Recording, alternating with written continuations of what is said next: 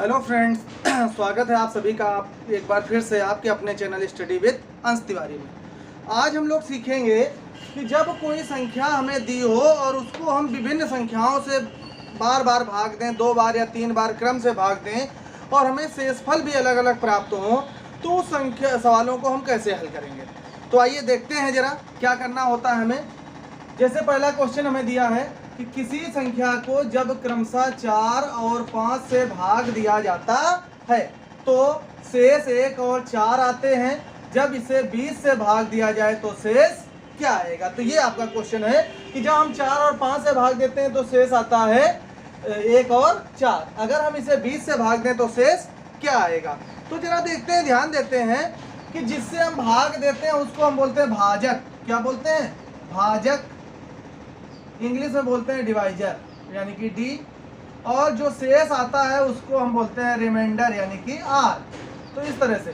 तो अब अगर हम यहाँ से लिख लें कि 4 और 5 से भाग दे रहे हैं तो 4 से भाग दे रहे हैं और 5 से, तो D1 हो गया 4 और D2 हो गया 5। अब शेष क्या आ रहा है? 1 और 4 आ रहा है, तो रिमाइंडर R1 हो गया 1 और R2 हो गया 4। इस तरह से क्वेश्चन आ जाएगा। अब हमें फार्मूला कैसे बनाना होता है वो हम देखते हैं।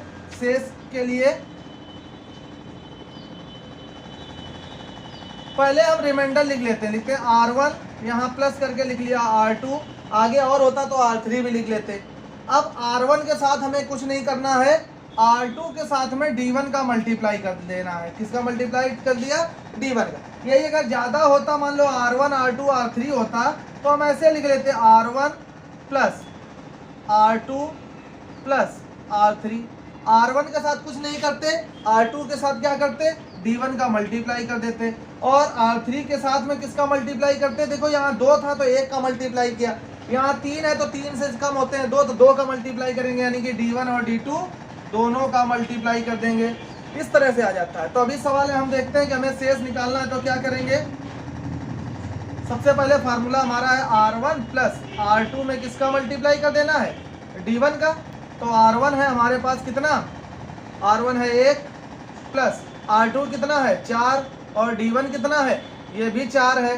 तो ये हो गया 1 प्लस 4 चौको 16, 16 और 1 17। यही हमारा क्या हो जाएगा? उत्तर हो जाएगा। इस क्वेश्चन का आंसर क्या आएगा? 17 आ जाएगा। बिल्कुल सेम टू सेम इसी तरह का क्वेश्चन दूसरा देखते हैं। दूसरे क्वेश्चन में हमें दिया है कि एक संख्या को क्रमशः 2, 3 तथा 7 से विभाजित करने पर 1, 1 तथा 6 शेष रहता है। संख्या को 42 से विभाजित करने पर शेष क्या होगा। अब बिल्कुल उसी तरह का है। पहले हम देखते हैं कि भाजक जो हमारा है वो क्या क्या है। भाजक जिससे हम भाग दे रहे हैं, किससे किससे भाग दे रहे हैं? 2, 3 और 7 से भाग दे रहे हैं। तो 2 हो गया, 3 हो गया और 7 हो गया, यानी कि ये हमारा D1 है, ये D2 है और ये क्या है? D3 है। अब देख रहे हैं कि शेष क्या क्या है। शेष यानी कि रिमाइंडर, ये क्या क्या है हमारे पास? 1 है, फिर 1 है और फिर 6 है। तो ये हो गया R1, ये हो गया R2 और ये हो गया R3। अब देख रहे हैं कि फार्मूला हम बनाना सीख गए हैं। हमें शेष निकालने के लिए फार्मूला क्या था? सबसे पहले R1 लिखना है, इसके साथ किसी को भी नहीं लिखना है। अब R2 लिखना है, R2 के साथ में पहला D1 लिखना है, प्लस R3 लिखना है, R3 के साथ में पहला D1 और दूसरा D2 दोनों लिख लेंगे। क्लियर है ना? बात समझ में आ गई। अब इसी के आगे और होता, R4 होता तो प्लस R4 कर देते और D1 D2 D3 तीनों कर लिए जाते। इसी तरह से पढ़े। वैसे ऐसा क्वेश्चन पूछा नहीं जाएगा। R1 की जगह हमने रखा 1 प्लस R2 की जगह 1 और D1 की जगह 2 प्लस R3 की जगह 6 और D1 की जगह 2 और D2 की जगह 3। तो ये आ गया 1 प्लस 2 एकम 2 हो गया, प्लस 6 दूनी 12 तियाँ 36 हो गया। तो 36 और 3 39। तुम देख रहे हैं कि जब हम इसमें 42 से भाग देंगे तो हमारा शेष क्या बचेगा? 39 शेष बचेगा। चलिए अब इसके बाद आगे देखते हैं दूसरे तरह का क्वेश्चन।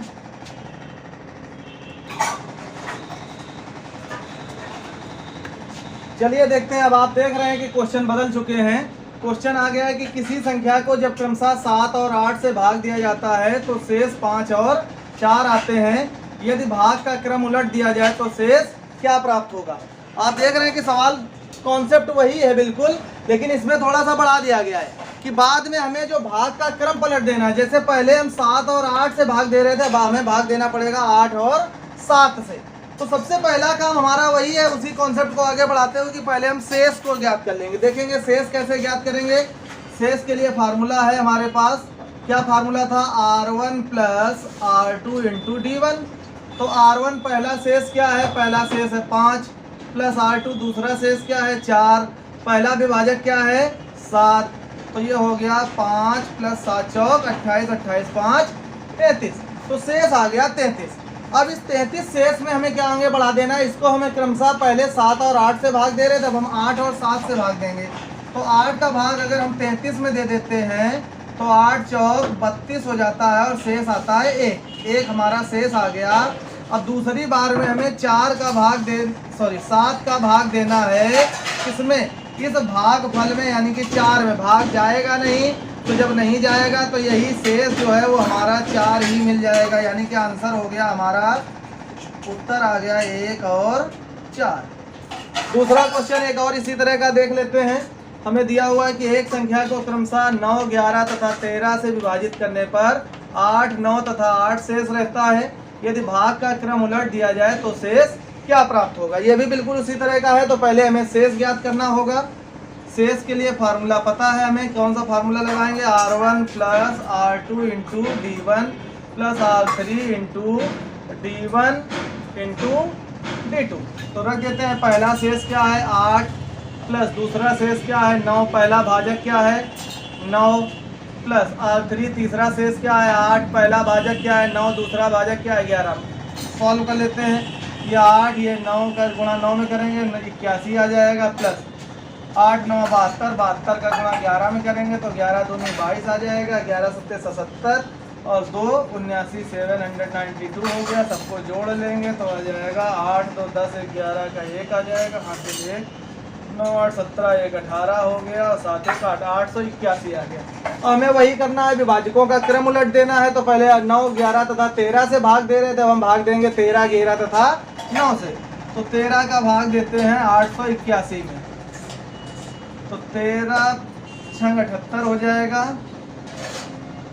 यहाँ से 10 आएगा 101, 13 छंग 78 और 13 सत्ते 91 हो जाएगा, तो शेष आ जाएगा 10।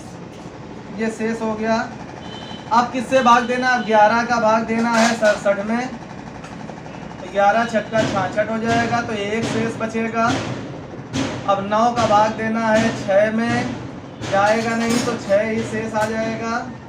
तो हमारा उत्तर क्या प्राप्त हो जाएगा, उत्तर हो जाएगा शेष आ गया 10 1 और 6। तो इस तरह से देख रहे हैं, ये आंसर प्राप्त हो जाएगा। ठीक, ओके, धन्यवाद।